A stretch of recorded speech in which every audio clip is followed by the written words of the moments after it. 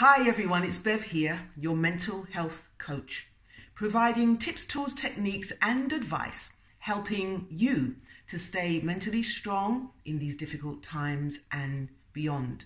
The topic for this video is pretty serious. Why? Because 1 in 5 of our children are suffering from mental health issues. How can that be? How can it be that as a child, when life is supposed to be fun and adventurous and you're learning and growing, how can it be that 1 in 5 of our children suffer with sadness, anxiety, depression, OCD and panic? So I want to give you at least 8 pointers as to what you can do to stay close to your offspring and to have a healthy relationship with them. Many of my clients come to me talking about their children and how they despair. My child is not perfect, they say. They don't get straight A's, A stars. They don't tidy their room. They're disrespectful. Not knowing, but that's growing pains. That's what children do. That is their job in some senses, to annoy the hell out of you. Now, how you manage that is really important, because at the other side, many clients come to me and say, I haven't seen my daughter, my son in ages. Pandemic notwithstanding, they didn't see their children before because they had actually tried to shape this child's personality to the point that the only way the child could be a person in their own right was to escape. Parents say, why don't you come and see me? And the child would say, well, we don't have anything in common. We don't have anything. We don't have communication. So I've got some notes here, and I'm going to give you the 8 in no particular order. I've written them down because they're important, and I don't want to miss any aspect of the information that I'm going to give to you. So number 1, put yourself in their shoes. Do you remember when you were your child's age and what it was like for you? Maybe you had a dysfunctional family. Maybe you had issues at school. I know I did. I was bullied to hell. Maybe you had exam panic. What was going on for you? Because life couldn't have been that easy, or was it? When you put yourself in your child's shoes, then you develop acceptance, you develop empathy, and you develop compassion. Number 2, stop giving advice. Stop giving advice. Giving advice shuts down communication.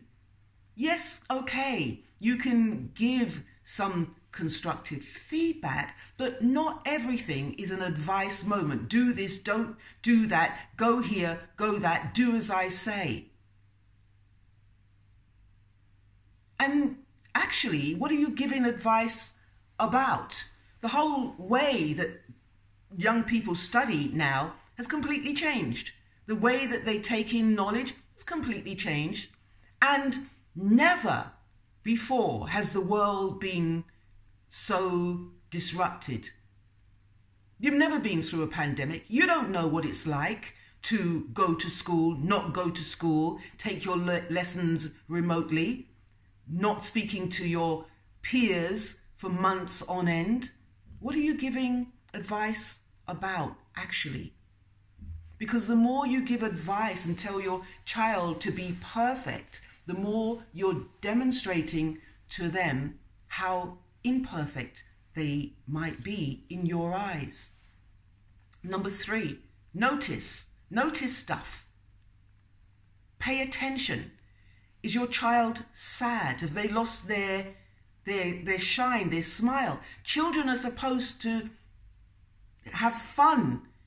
Preschool children laugh, smile up to 400 times a day? Has your child stopped finding the pleasure in life? Are they sad? Are they withdrawn? Are they going to their room? Are they lashing out? Are they being cruel to their siblings, to animals? What are they doing? Notice the signs and then take action. Gabor Mate, a lovely psychologist who specializes in children, says that children do not act, they react. So what is going on in your family situation that your child is reacting to? I'm reminded of another wonderful psychologist called Virginia Satir, and in a family therapy session, the mother was going on about how awful her children were. And she was telling that they don't tidy the house and they leave everything in a mess and they don't do their homework and moan, groan. And Virginia said, and how would you like your home to be? And the mother went into a fantasy, well, I'd like everything in its place. I'd like the tracks of the vacuum cleaner to be on the carpet. And Virginia said, that's all well and good, but I don't hear a sound. I don't hear any music. I don't hear any laughter. Warning the mother that you might get what you want, but you might be alone. So notice the signs of what's actually going on is number 3. Number 4, there's always a currency in a home. In some homes, the currency is pass your exams, study, learn this language, do that. And the child picks up very clearly, I am not loved for who I am. I'm loved for what I do. So you will love me if I do half an hour of mathematics or whatever the currency might be. How is that when your child goes into the world? There must be many currencies in a family. Introduce more currencies. There's a social currency.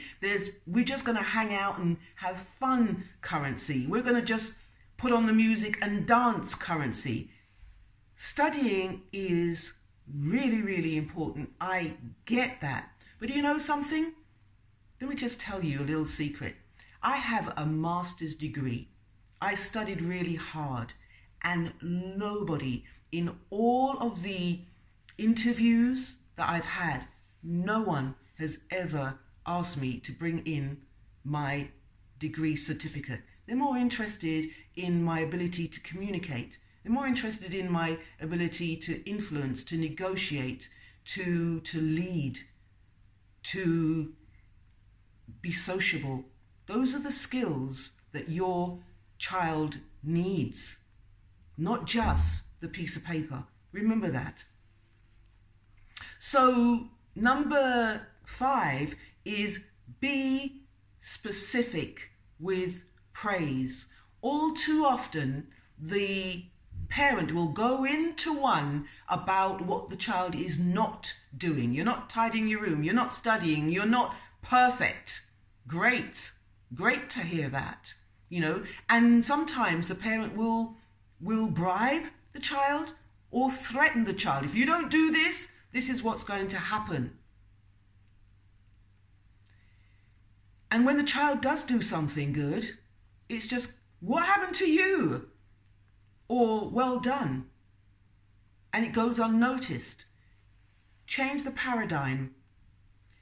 Recognize the positive. Praise what it is that you want. When you praise the behavior that you want, chances are it will happen again and again. Be very, very verbose with your praise. 6, communicate. Open the dialogues for communication.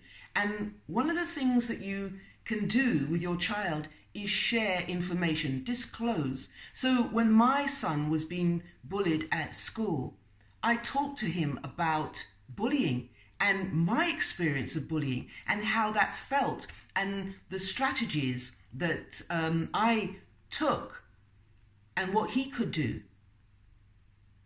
You're human. Get them to see that you're not just this perfect, working, nagging machine, that you've gone through life's experiences as well, so that they can relate and so that they can open up and they can share with you. So one of the ways that you can open up communication, start a dialogue with your child if you don't know. And, you know, if you say, oh, my child won't talk to me, then you need to start talking to them about you. So number 7, I do believe, children pick up information. Just going back to what Gabor Mate said, they react. So they react to you. You're the role model, you're the guide, you're the leader. If you are having a tough time, that will wash off on them. No doubt, without doubt. If you're stressed, they will be stressed. So think about your own behavior. Take care of yourself first and foremost. Give them that example that self-care is important. Eating is important. Sharing information is important, and they will follow suit. So they will follow your lead. Be the leader. I got more. 9. Here's a bonus. Everything is a teachable moment. Everything. You know, whatever's going on in the world that they know about, then take it as a teachable moment. What can we learn about this pandemic? What can we learn about connection? What can we learn about family? What can we learn about peer group relationship? What can we learn? Because when we learn, we grow, and we grow confidence. Speaking of confidence, that's the only thing that your child needs, really, is confidence. Confident children don't have self-esteem issues. They can adapt. They can speak up for themselves. They don't take stuff personally. They don't become the victim. They be all that they can be. And they want more. And if you have a confident child, then they will do all the things that you want them to do. Not because you tell them, not because you advise them to do it, not because if you don't do this you won't amount to anything. Because they want to. Just because they want to. That's the biggest motivation. Being a parent is hard. I get it. I know it. I've experienced it. These pointers will set you on the right track. Good luck. Hi everyone. Why not follow me on Instagram? The channel's called Bev Talks. Bev talks about mental health, personal development, spiritual growth, and far out esoteric stuff. Bev talks often. She posts every single day. Bev talks a lot. Yes, she does. So join me.